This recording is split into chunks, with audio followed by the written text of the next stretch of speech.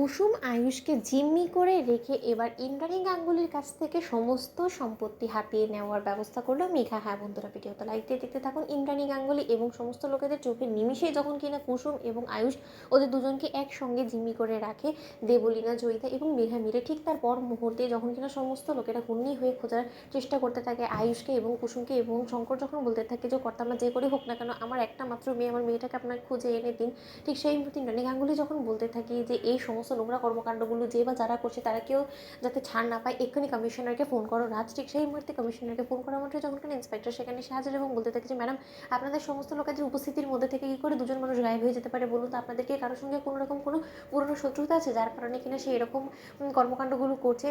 হয়তো বা আপনার উপর প্রতিশোধ নিতে গিয়ে রীতিমতো আপনার ছেলেকে তারা এখান থেকে গুম করেছে, এবং আপনার কাছে কিছুক্ষণের মধ্যেই আপনি দেখবেন যে ফোন আসবে, কারণ ফোন না আসা আর তো কোনো রকম কোনো কারণ অন্তত দেখতে পাচ্ছি না, যেহেতু আপনার ছেলেকে অপহরণ করা হয়েছে। এবং কি যেন একটা বললেন যে আপনাদের বাড়ি কাজের মেয়ে, কিন্তু আপনার ছেলের পাশাপাশি আপনাদের বাড়ি কাজের মেয়েকে অপহরণ করার কী রিজন আপনি সেটাই বুঝতে পারছেন না। তার সঙ্গে কি পুরনো কারোর সঙ্গে শত্রুতা আছে? ঠিক সেই মুহূর্তে যখন কিনা ঈশান বলতে থাকে যে হ্যাঁ আছে, ওই দেবলীনার আছে কুসুমের সঙ্গে শত্রুতা পুরনো, কারণ কুসুমের কারণেই দেবলীনা এবং আমার বিয়েটা ভেঙে যায়, এবং দেবলীনা সমস্ত পর্দা ফাঁস করে দিয়েছিল কুসুমই, এর জন্যই হয়তো কুসুমের প্রতিশোধ নেওয়ার জন্য দেবলীনা এই নোংরা কর্মকাণ্ডগুলো করলেও করতে পারে। ইন্সপেক্টর যে করে হোক না কেন আপনি একবার জেলে গিয়ে খবর নেওয়ার চেষ্টা করুন যে দেবলীনা চ্যাটার্জি নামক কোনো অপরাধী জেলের থেকে পলাতক হয়েছে কিনা। ঠিক সেই মুহূর্তে কমিশনার যখন বলতে থাকে যে আমি এক্ষুনি একবার যোগাযোগ করার চেষ্টা করছি, আমার দীর্ঘ বিশ্বাস যে যদি এটাই হয়ে থাকে তাহলে আমাদের অপরাধীকে ধরতে খুব একটা সময় লাগবে বলে তো আমার মনে হয় না। ঠিক সেই মুহূর্তে যখন জেলে ফোন করা হয় এবং সেখানে যখন ইন্সপেক্টর বলতে থাকে যে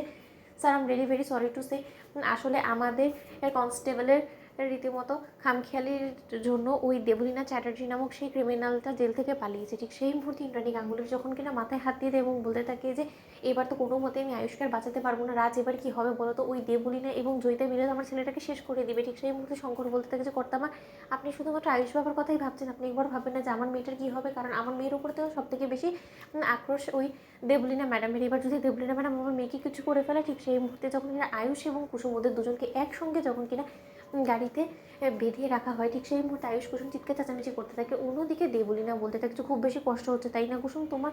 আর তো সব থেকে বেশি কষ্ট হওয়ার কথা, কারণ আমি তো বেশ ভালো করে বুঝতে পারছি যে গাঙ্গুলি পরিবারের উপরে যতবার আমি আঘাত করার চেষ্টা করছি ততবার তুমি ঢাল হয়ে দাঁড়িয়েছো, তাই ওদের কোনো কিছু হবে এবং তুমি কষ্ট পাবে না সেটা কী করে হয় বলো তো? তার জন্য তো সব থেকে বেশি শাস্তি দেওয়ার জন্য তোমাকেই নিয়ে এসেছি আমরা বাছাই করে, কারণ আমরা খুব ভালো করেই জানি যে তোমাকে যদি আমরা বাইরে ছেড়ে দিই তাহলে ইন্দ্রাণী গাঙ্গুলিকে আমরা বশ করতে পারবো না, এবং ইন্দ্রাণী গাঙ্গুলির কাছ থেকে সমস্ত কিছু হাতিয়ে নেওয়ার একমাত্র উদ্দেশ্য আমাদের এটাই যে আমরা এর জন্যই তো আয়ুষকে তুলে নিয়ে এসেছি সঙ্গে করে। তো বন্ধুরা লাইক কমেন্ট শেয়ার করে সাবস্ক্রাইব করতে ভুলো না।